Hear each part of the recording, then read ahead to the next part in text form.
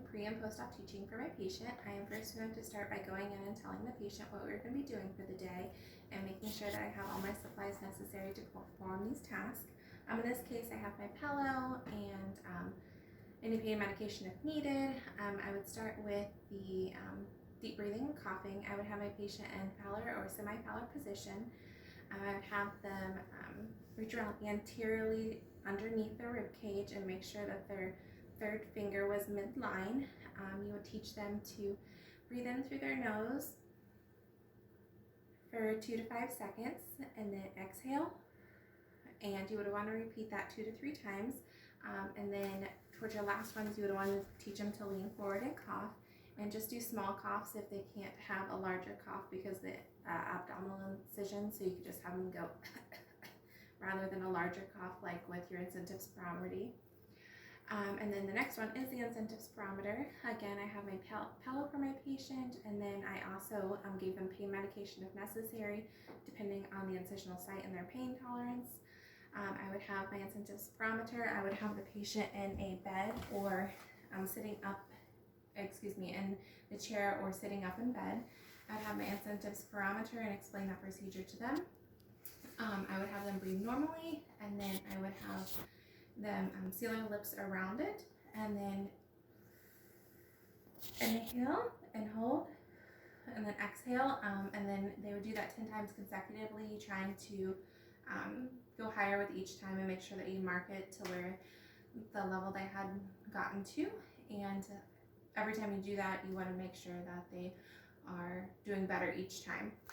And of course, after those, making sure they're coughing and making sure that all their lung sounds are clear in their fields.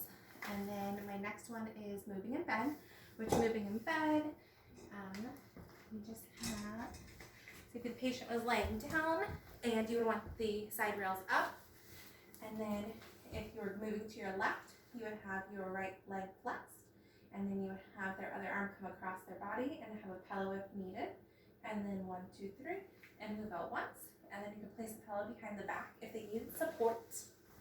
And then the next one, I'm going to teach about leg exercises. So the leg exercises, we have a few of them.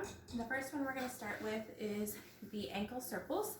So this, we are going to start in dorsiflexion and go counterclockwise, and then go clockwise and then go counterclockwise 3 times, and then you repeat with the other foot, repeating 3 times as well, sets. And then we would move on to the leg pumps, and you would want to make sure that you feel that stretch and making sure that you keep the pressure on the knee, not too much, just making sure that it stays flat. And then our third ones would be the leg exercises, where you would have your legs out and then move it in and out, in and out, and then repeat on the other side. And then I believe is pain management is the next one. So for pain management, you would want to decide what was the tolerable level for the patient, and explains that there is tissue damage that can cause inflammation and pain, and what's their tolerable level, and explain the pain scale to them so they are able to verbalize, or depending on the patient, if they're able to verbalize, that they knew how to score it, so that way they were getting the right pain medications if needed, or even, they can do medications, repositioning, or ice, and all those are for pain management. And the next one is for post-op teaching.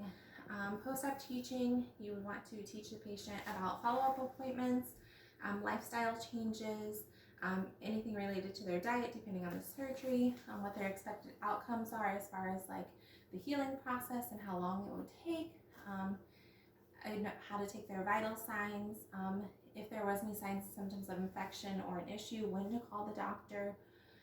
Make sure that they have all those phone numbers available to them, that they have a ride to the doctor's office, and that they have community support as far as any support groups if needed.